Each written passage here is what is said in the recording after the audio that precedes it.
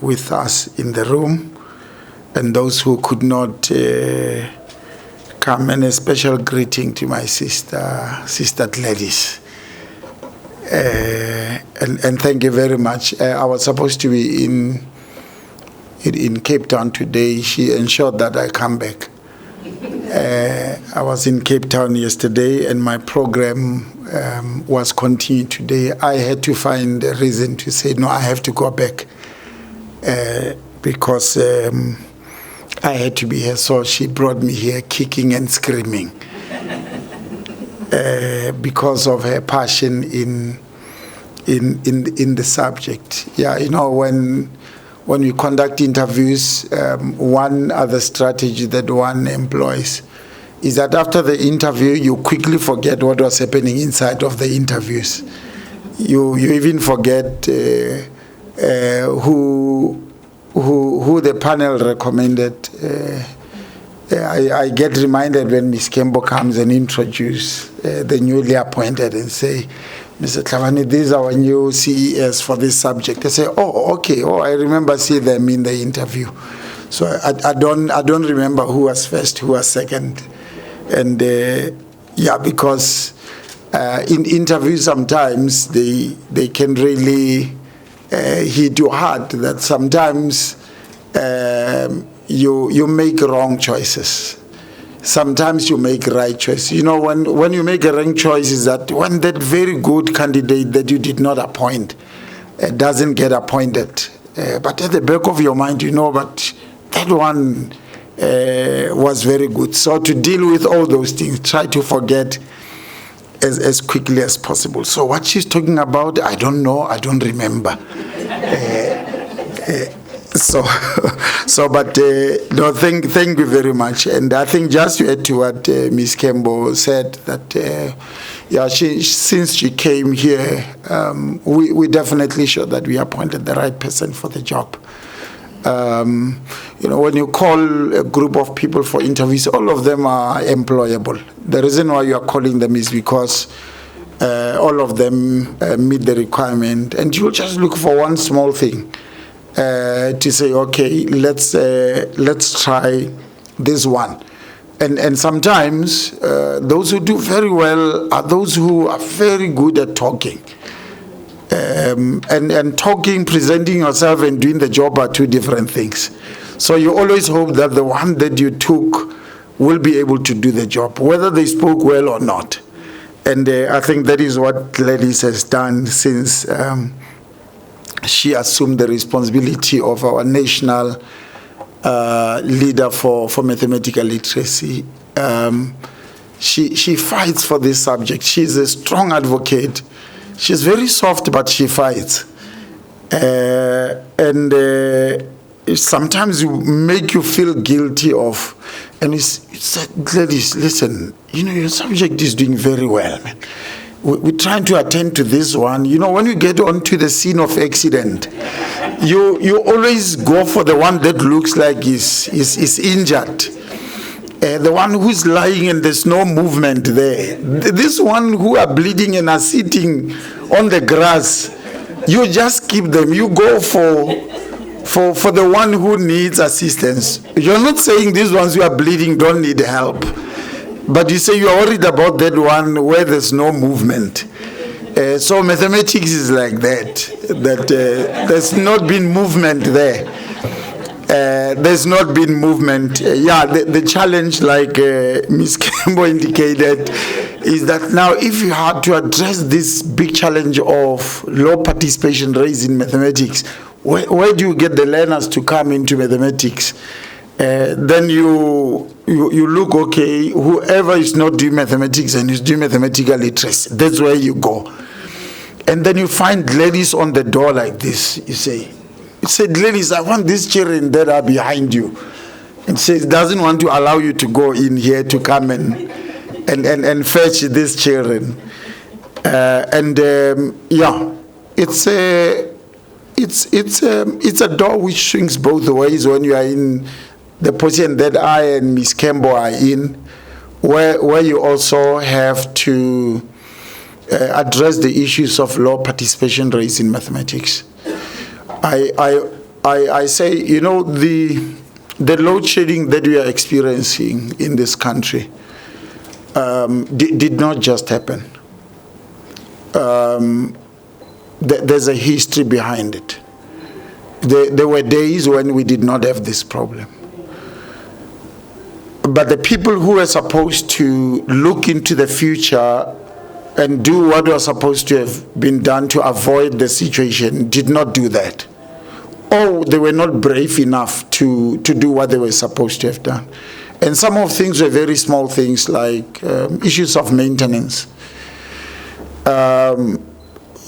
issues of planning for expansion of the existing infrastructure, with the government policies that said you can't just have a small sector of society being on the electricity grid.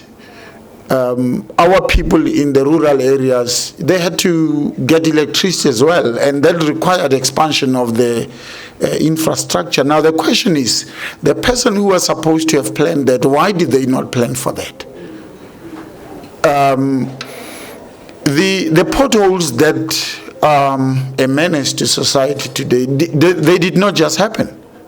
We once had good roads. I mean, we're not talking about new roads. We're talking about the roads that were there. That at one stage were in a very good state. But somebody who was supposed to have planned just maintenance.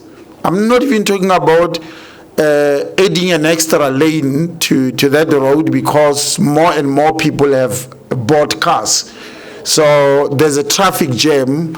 The 2 or 3 lanes that were there, they cannot cope with the demand from the road users, so you must add 2, 3 roads. I'm not talking about expanding the roads. I'm talking about maintaining that road that goes to Hampahele. Why are we where we are now? It is because people who were supposed to plan for the future did not do that. And now we find ourselves where we are today. And it's a very strong warning to say, unless those of us who are in positions where we would be able to supply the nation with learners who are going to follow the accounting programs, engineering, medicine, and what have you, when we face future pandemics, we are going to be in big trouble. When it comes. So the issue of meds lead, I think the discussions around there will be with us for a very long time. And Ms. Kembo spoke to that to say, in trying to find a balance on all this, because they're all very important, others are arguing that why don't you allow children to offer both of them instead of children choosing? Because their purposes are different. And that everybody needs those. And there are huge implications in terms of getting children to offer, both subjects. If they offer both subjects, do you mean children must do 8 subjects? Okay, if they do 8 subjects, the first implication is that now you need to provide a teacher for all these subjects. Now, your salary bill goes up. You have to provide textbooks. So a child, when you gave a child a maths lit textbook, now you must give the same child another textbook, which is mathematics. And Ndatimalule, who was managing our budgets here, would understand that one of the biggest expenditure drivers of basic education is LTSM. It comes after salaries and then infrastructure, then LTSM. Now, if you say you're going to give children these books because they can't offer the subject without the book. So how much more money do you need to ensure that, imagine all the children doing maths and maths lit, all of them.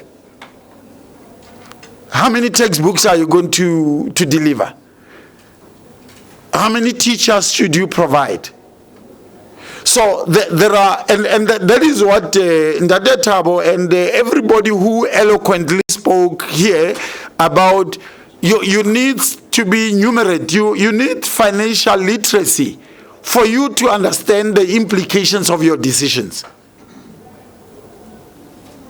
With the shrinking budgets that we have, where are we going to get that? And the other thing is that those who are arguing that let children offer both, the reasons are that so that you don't lose children from mathematics, because they run to maths lead. So let them offer both. Should that be the real reason why they should offer both? Addressing participation rates in mathematics? I don't think so, but it is something that needs to be debated. The issue of the parity of esteem between the two subjects is very, very important, that we must continue promoting the importance of mathematical literacy and arguing for it as well. It's very, very important that I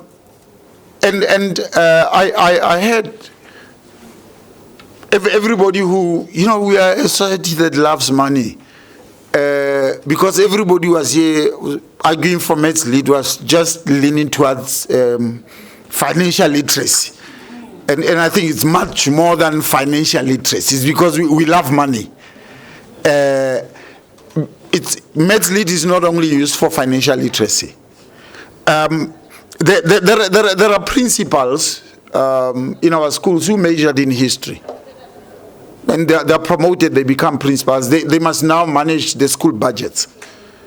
And they are clueless about numbers, and they must advise SGBs. And so we can't overemphasize the importance of mathematical literacy. All of us, we need mathematical literacy, managing your statements from Vodacom or from the municipality, being able to understand the numbers.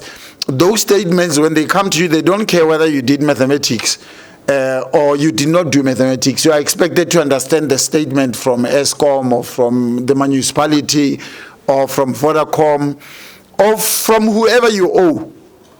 So it's very, very important, and I agree with all of you about the importance of mathematical literacy. Mathematical literacy has been used as well by provinces to try to project themselves as better performers than others. This league table, number 1, number 2, number 3, we are number 1, and then we celebrate. And there are people who says, the 87%, good. But we need to unpack what is inside of this 87%. There are things that are happening, and there are principals who are going to be investigated. I'm making that announcement. There are principals who are going to be investigated, and consequence management will happen. And some of the statistics that we have, the stats that I have before me, we're having our one-on-one meetings with provinces because of trying to address the issue of underperformance in mathematics.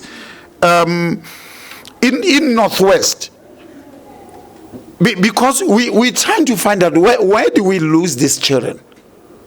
And we say in grade 9, every child is doing mathematics, like Gladys was saying that, okay, then in grade 10, then you've got this new subject called mathematical literacy.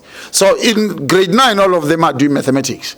Now, we try to study to say, let us say every child who passes mathematics in grade 9 is placed in a mathematics class. And everybody who did not pass mathematics can do mathematical literacy. And a pass at grade 9 is 40%.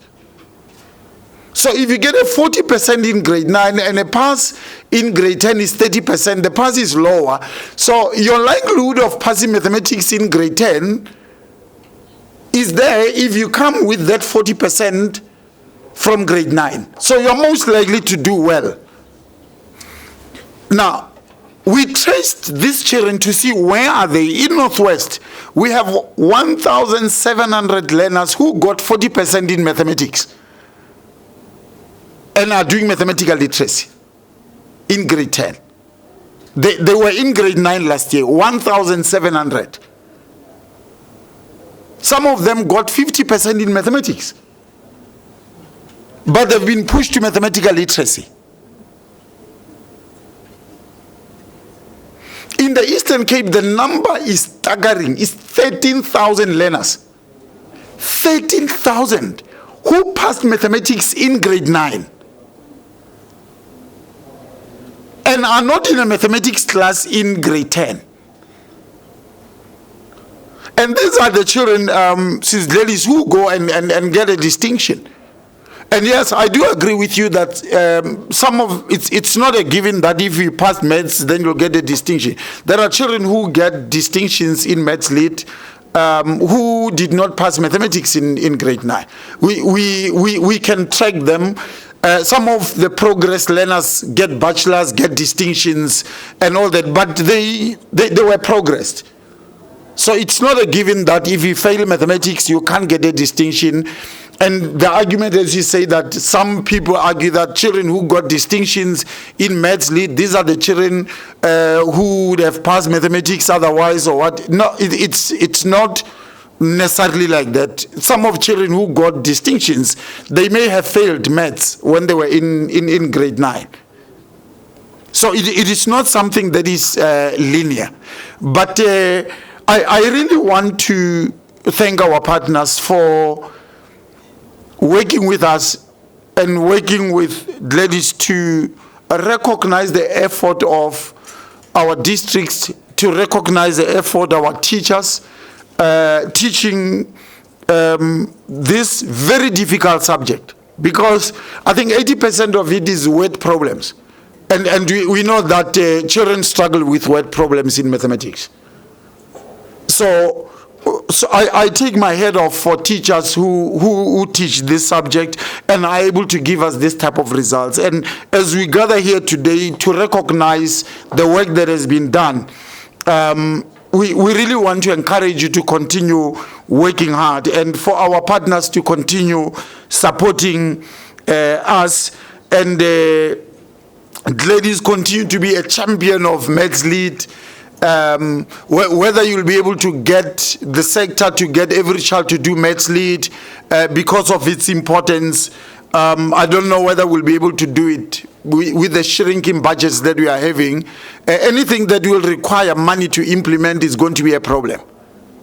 So that is what I'm saying. And to try to promote Maths Lit in my house. What I do is my children, when I give them their allowances every month, I encourage them to save. That's the tab. I encourage them to save, not to spend everything that I give them. And that sometimes they must really push themselves to save that money that they wanted to spend. And I put a reward system in place. I say at the end of the year, whatever you have saved, I'm going to give you back double.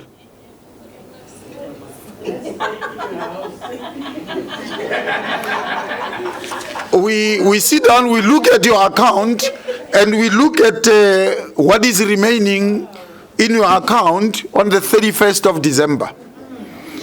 So if you've got 2,000 rands, I'm going to give you 4,000 rands as a reward, so you'll end up with 6,000 rands.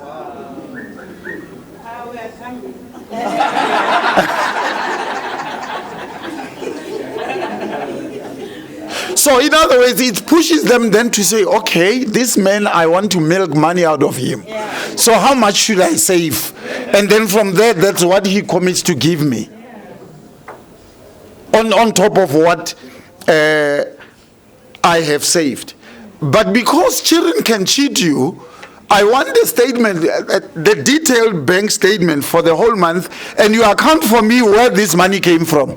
So, because they are very smart, they can go and borrow money from friends and say, hey man, please borrow me 2,000 rands. And then they deposit it, and then they come to you with a decent bank balance. So they must explain to me where this money came from. So I only reward them for money that came from me. So I want income and expenditure. And then from there, that's how I reward them. So that they respect money, and they save, the culture of saving and ensuring that they do their calculations as well there.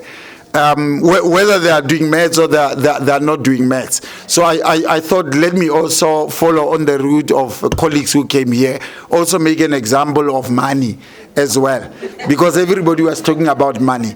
Otherwise, thank you very much. Ladies, thank you for the work that you are doing. We appreciate all the work that all our colleagues are doing. Yeah, your subject is not in ICU. It is in the general ward, but it deserves to be visited by a doctor as well in the general ward. But in ICU, that's where you get heightened attention. And I invite her when we solve the maths problem in the country, because without her, we will not be able to solve it.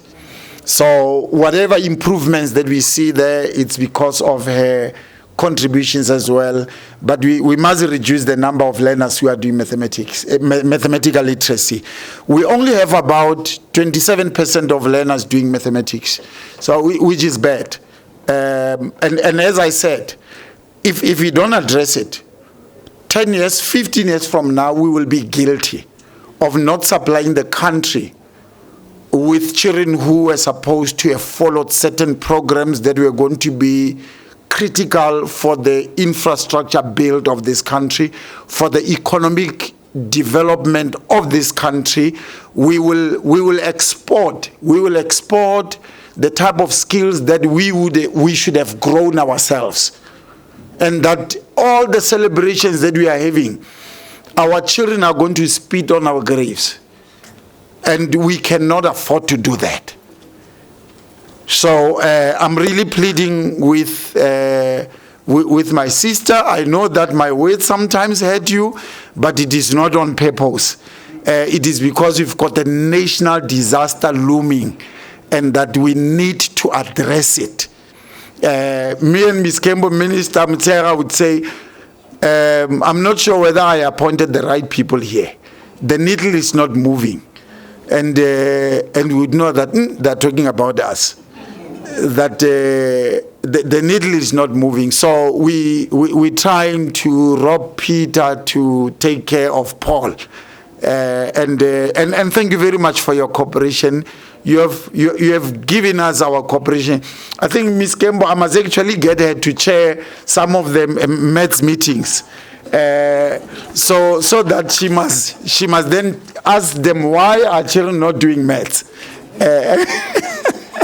Otherwise, thank you very much, Program Director. Thank you.